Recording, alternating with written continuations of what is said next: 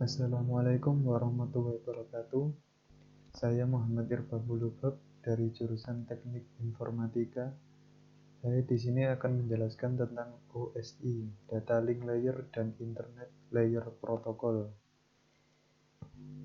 OSI Layer.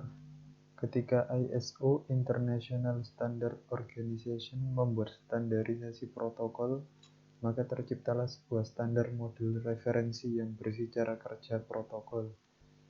Model referensi yang kemudian disebut dengan Open System Interconnection (OSI). Berdasarkan dokumen rekomendasi X200, standar OSI ini memiliki 7 layer. Tiap layer ini memiliki definisi fungsi yang berbeda. Beginilah layer dari OSI. Layer 7, Application Layer, merupakan layer di mana terjadi interaksi antarmuka end user dengan aplikasi yang bekerja menggunakan fungsionalitas jaringan, melakukan pengaturan bagaimana aplikasi bekerja menggunakan resource jaringan, untuk kemudian memberikan pesan ketika terjadi kesalahan. Beberapa service dan protokol yang berada di layer ini misalnya HTTP, FTP, SMTP, dan lain-lain. Layer 6, Presentation Layer. Layer ini bekerja dengan mentranslasikan format data yang hendak ditransmisikan oleh aplikasi melalui jaringan ke dalam format yang bisa ditransmisikan oleh jaringan. Pada layer ini juga data akan dienkripsi dan atau dideskripsi.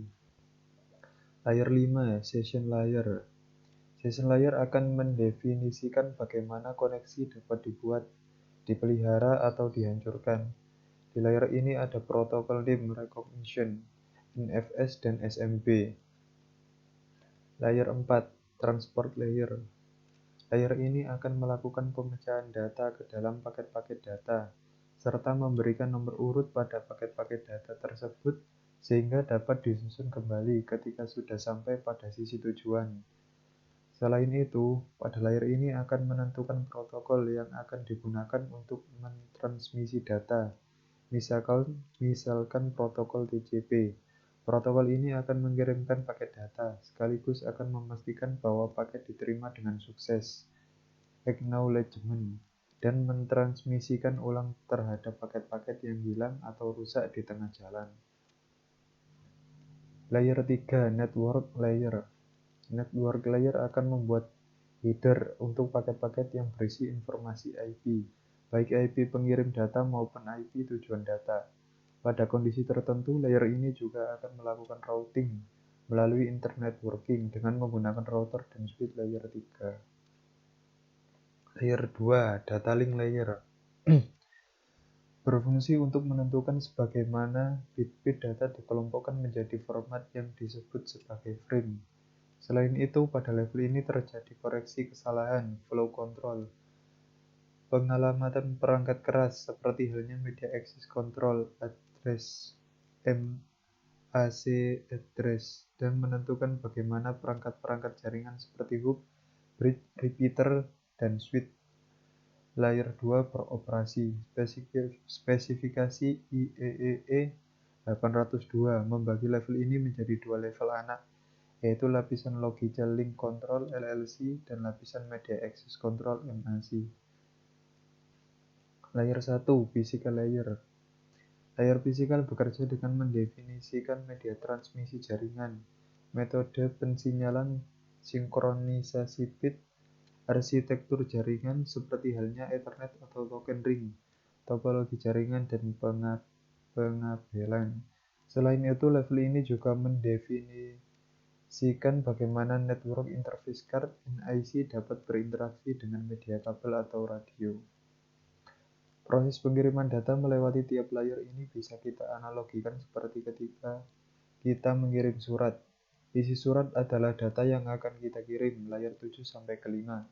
Kemudian sesuai standar pengiriman, isi surat tersebut kita masukkan ke dalam sebuah amplop, layer 4.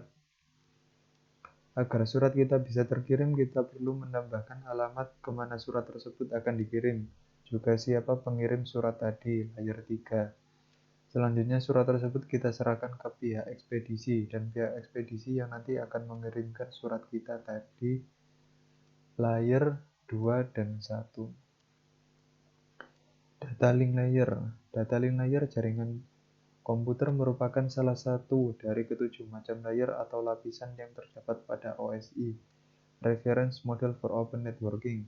Dalam proses transmisi data yang terjadi, data link layer merupakan layer kedua bagi transmitter atau pengirim data dan merupakan layer kedua bagi receiver atau mereka yang menerima data.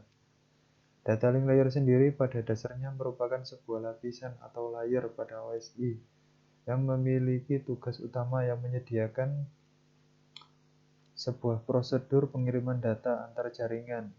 Jadi dengan adanya data link layer ini, setiap paket data yang akan ditransmisikan ataupun akan diterima oleh user akan diproses, sehingga memungkinkan untuk dilanjutkan ke layer berikutnya, yaitu layer network, layer atau physical layer.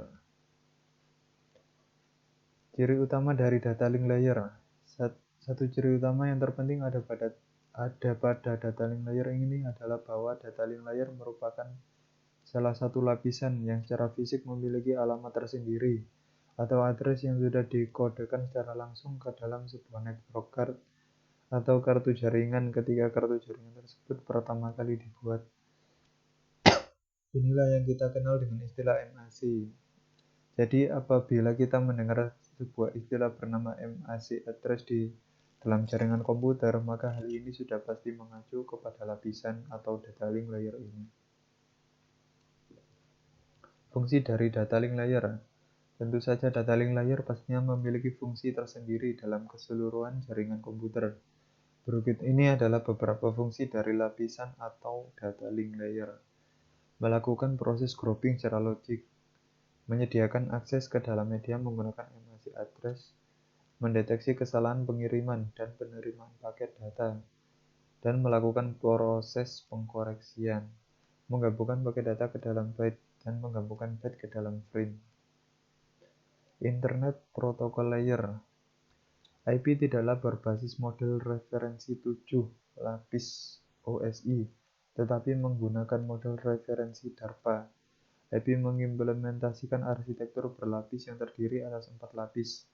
4 lapis ini dapat dipetakan meski tidak secara langsung terhadap model referensi OSI. 4 lapis ini kadang-kadang disebut sebagai DARPA model, Internet model, atau DoD model. Mengingat IP merupakan protokol yang awalnya dikembangkan dari proyek ARPANET yang dimulai oleh Departemen Pertahanan Amerika Serikat. Macam-macam layer IP, seperti gambar di sebelah. Layer 4, Application, berperan sebagai high-level protokol yang melakukan proses representasi, encoding dan dialog kontrol data, juga menyediakan servis-servis terhadap software yang berjalan pada komputer. Protokol-protokol yang beroperasi pada application layer yaitu HTTP, FTP, POP, SMTP, dan lain-lain. Layer 3, Transport. Transport layer berfungsi menyediakan servis yang akan digunakan oleh application layer, mempunyai dua protokol utama, yaitu TCP dan UDP. Pada layer ini data diubah menjadi suatu paket data dan menentukan metode pengiriman, flow control, dan error correction terhadap paket data. Layer 2, Internet, berperan untuk memberikan informasi, alamat, asal, dan tujuan dari paket data dan menentukan jalur atau rute routing pengiriman paket data. Layer 1, Network Access. Layer ini sering juga disebut sebagai host to network layer. Layer menangani semua komponen dan proses yang berkaitan dengan physical link, baik secara fisik maupun logikal. Informasi mengenai teknologi jaringan yang digunakan juga ditentukan pada layer ini. Pada layer ini terdapat protokol-protokol seperti Ethernet pada LAN, PPP pada WAN, dan juga frame relay. Sekian dari saya. Jika ada salah kata, saya mohon maaf. Wassalamualaikum warahmatullahi wabarakatuh.